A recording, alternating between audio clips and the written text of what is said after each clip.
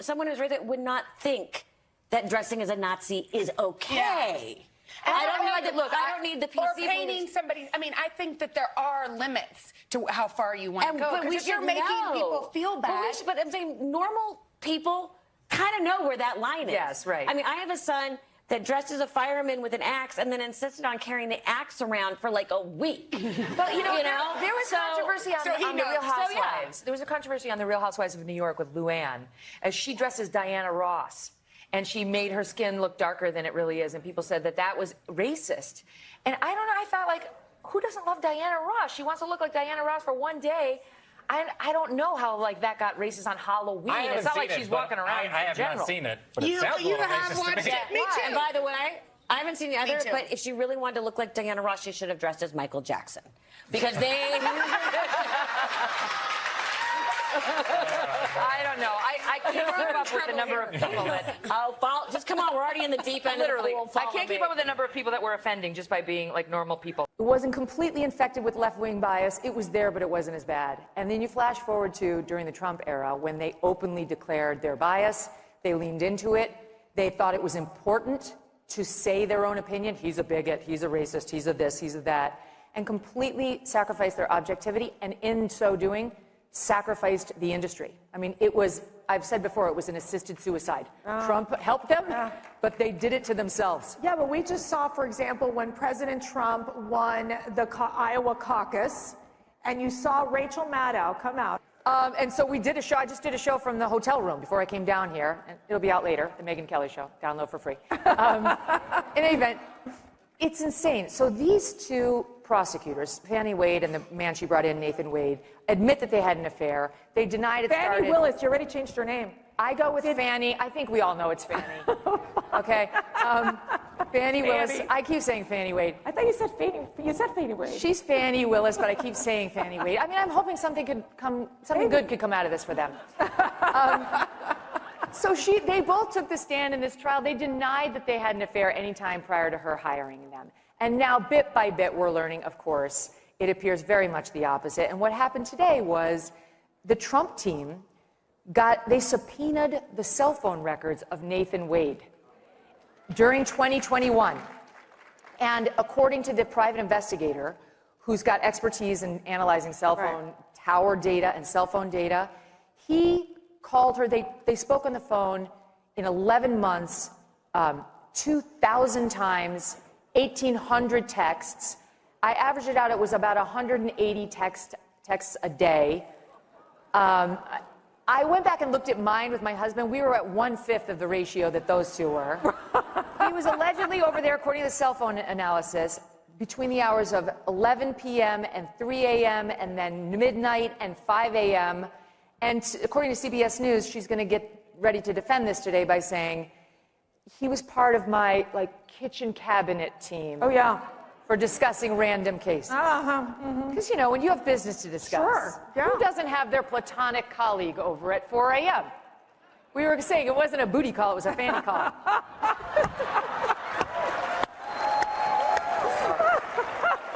Too much? No, not at all. Keep going. But anyway, can I just put a pin on that? No. So I do believe they're both going to get booted off of this case. Really? I believe they lied under oath to this judge to save their own skins. They're prosecuting Trump and his colleagues for lying. That is one of the main things that she's accusing them of. And the reason it's so delicious is because the same thing, I believe, that made Fani Willis lie under oath, despite the fact that it would be wrong for a civilian, but it's really wrong for an officer of the court, is the same thing that made her bring this BS prosecution. It's her partisan, dishonest nature. She wanted to get Trump, just like Letitia James wanted to get Trump, and Alvin Bragg and Jack Smith. And I really think that the brilliant lawfare artists on the defense side in Georgia should have a talk with the other defense lawyers in these other cases. Because if this is how we're going to fight, dirty, below the belt, making up charges, breaking our system of rule of law, which didn't use to prosecute political enemies, then we should fight back the same way. It should be brought right back on all these prosecutors.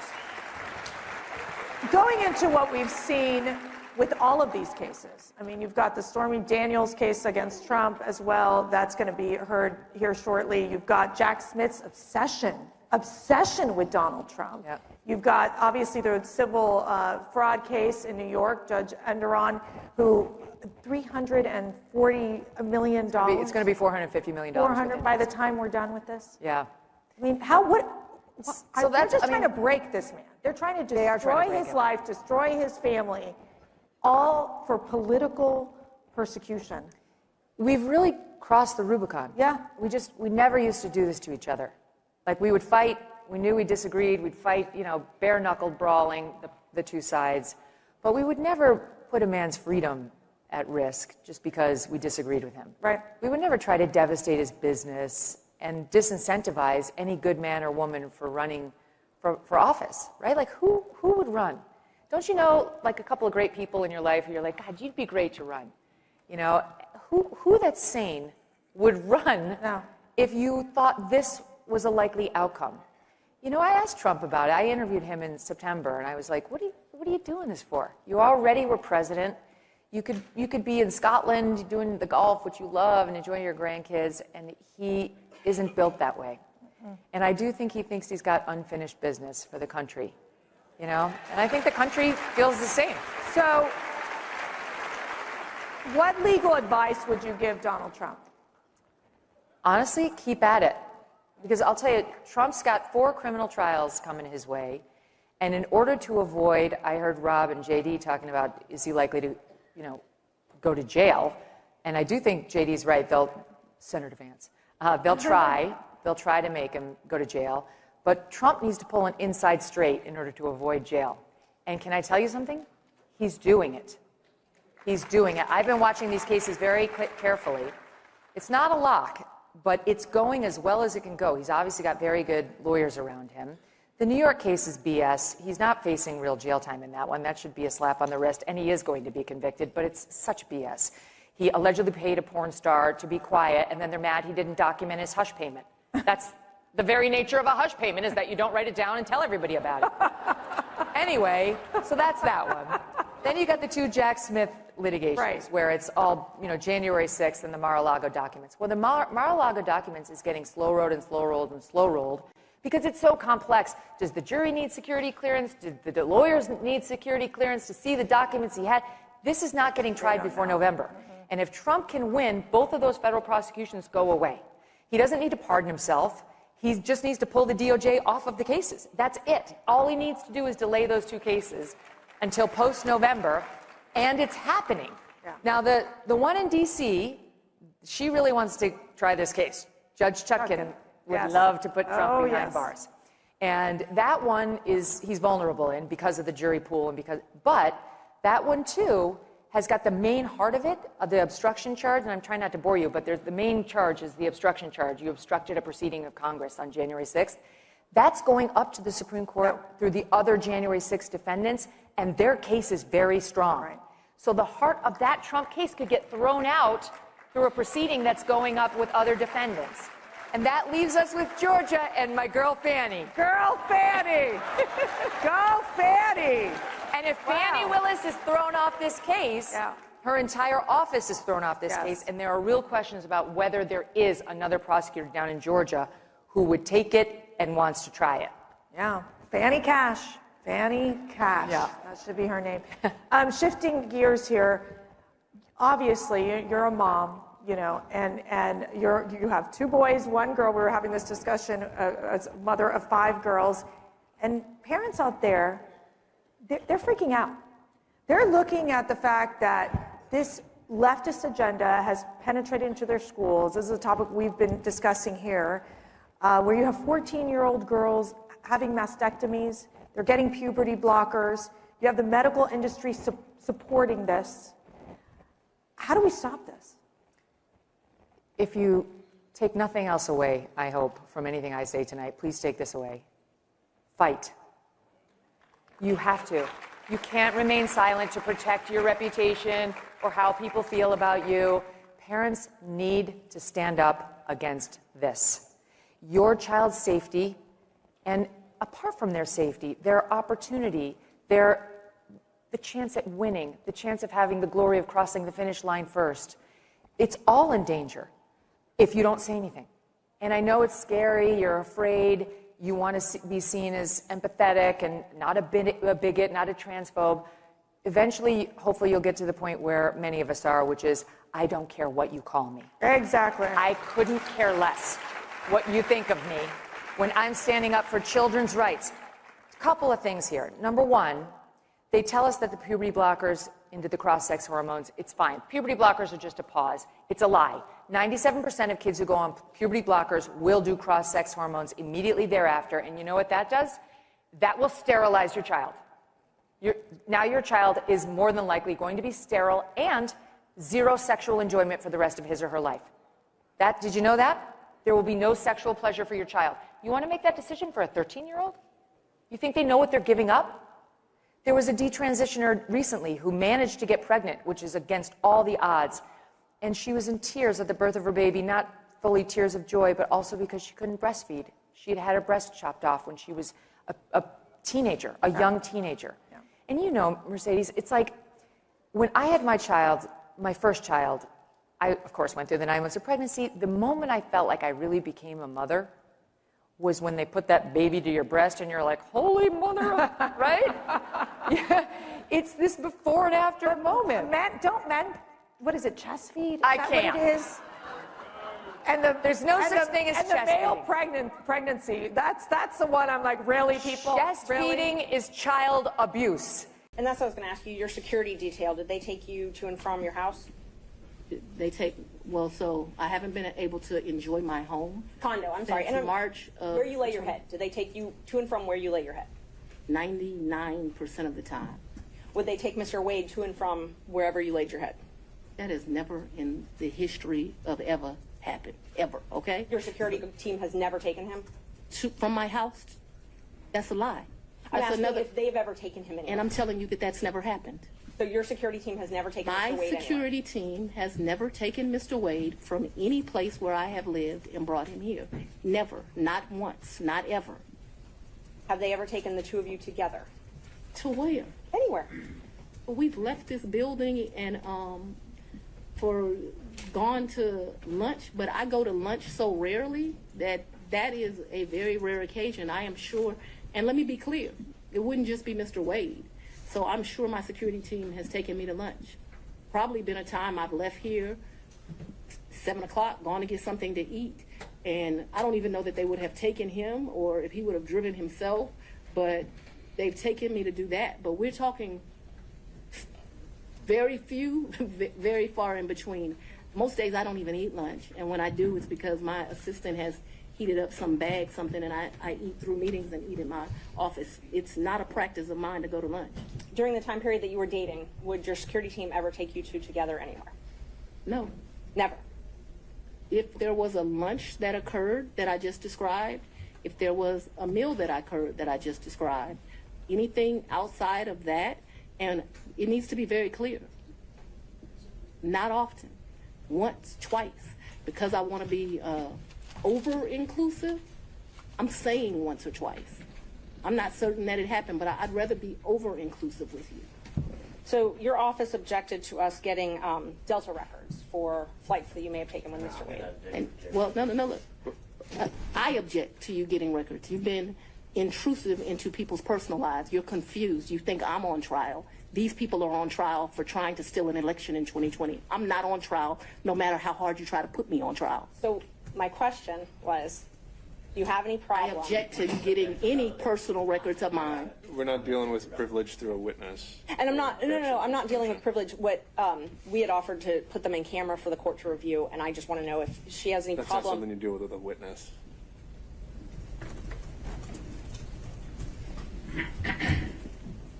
Okay, you have to file as part of your job something called an income and financial disclosure report, correct? That's correct.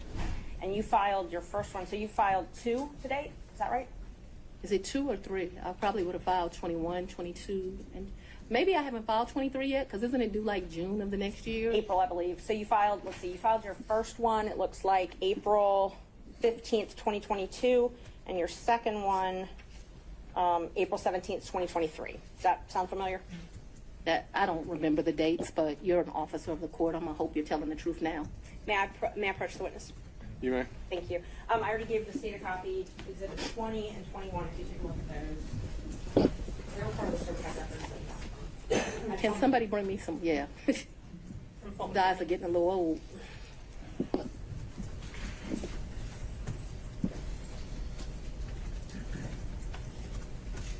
Yes. Okay. Yes, so ma'am. Those are the ones that you filed. This looks like me for sure. Yes, ma'am. Yes, ma'am. Judge, we'd move to admit 20 and 21. I think you need to delineate which one's which 20 one's which. is 2021, so it accounts for the time period, Your Honor, January the 1st, 21 through December the 31st, 2021. That is Defendant's Exhibit 20. Defendant's Exhibit 2021, it accounts for the time period January the 1st, 2022 through December the 1st of 2022. All right. Any objection to exhibits 20 and 21 Nope. Sorry. from other counsel? Admitted without objection. Yeah. When did your personal relationship with Mr. Wade end? Our personal relationship ended in this year. So let's be very clear so that we don't mix words. I don't want to mix words in here. Mr. Wade is my friend right now. Mr. Wade, I would say, has been my friend since 2020. I think he started out as like a mentor and a professional colleague. He became my friend and somebody that I really respected. I feel very indebted to Mr. Wade for taking on the task of this job. And he is certainly my friend and one of the people that I respect the most. So if you ask about a personal relationship, I consider myself to have a personal relationship right now, Mr. Wade. I consider myself to have a personal relationship with Anna Cross. I consider myself to have a personal relationship with Mr. Abadi. I consider myself to have a personal relationship with Andrew Evans. Okay, let me just clarify that. I have a personal relationship with him as we speak right now. I don't think that's what you're asking. I think that's what you're asking. When did your romantic relationship with Mr. Wade end? When did it end? Me and Mr. Wade, we are good friends. My respect for him has grown over these 7 weeks of attacks. We are very good friends. I think, but for these attacks, it would have been a friendship that, as life goes, you would have stopped having. I think that you have cemented that we'll be friends till the day we die. Let's. Could we just have an answer to the question? I can handle Mr. Seda. Let's have it. She asked about a personal relationship. She asked when the romantic relationship ended. That's the question. Sometime in, I'd say late summer of 2023. So I don't believe me in, this is what you're really asking about. This is the salaciousness of all of this, right? No, I'm just asking about your romantic relationship, when you stopped dating. I think that me and Mr. Wade, so he's a man, he probably would say June or July. I would say we had a tough conversation in August. And so that men in relationships at the end of physical intimacy, women in relationships when that tough conversation takes place. And where, when did he come to, I guess, the condo? I'm not sure what you called it, condo apartment. Would he come and stay at that condo or visit you there? I'm sorry, visit you there. What condo, what apartment? I want to be clear. So not your house. I know you classified one as house and one as condo, so I'm trying to use those terms. So but there's been more. See, what you don't understand is because of this case, I got to move. And so I Ms. need Merchant, if to. you could ask a more precise question. Yes, please give me the time period. that we're Mr. talking Wade about. visits you at the place you laid your head. When? Has he ever visited you at the place you laid your head? So let's be clear, because you lied in this. Let me tell you which one you lied in. Right here. I think you lied right here. No. This is the truth, Judge. And it is a lie. It is a lie. All right, Ms. Willis. You see. Mr. Seda, thank you. We're going to take 5 minutes. We'll be back in 5.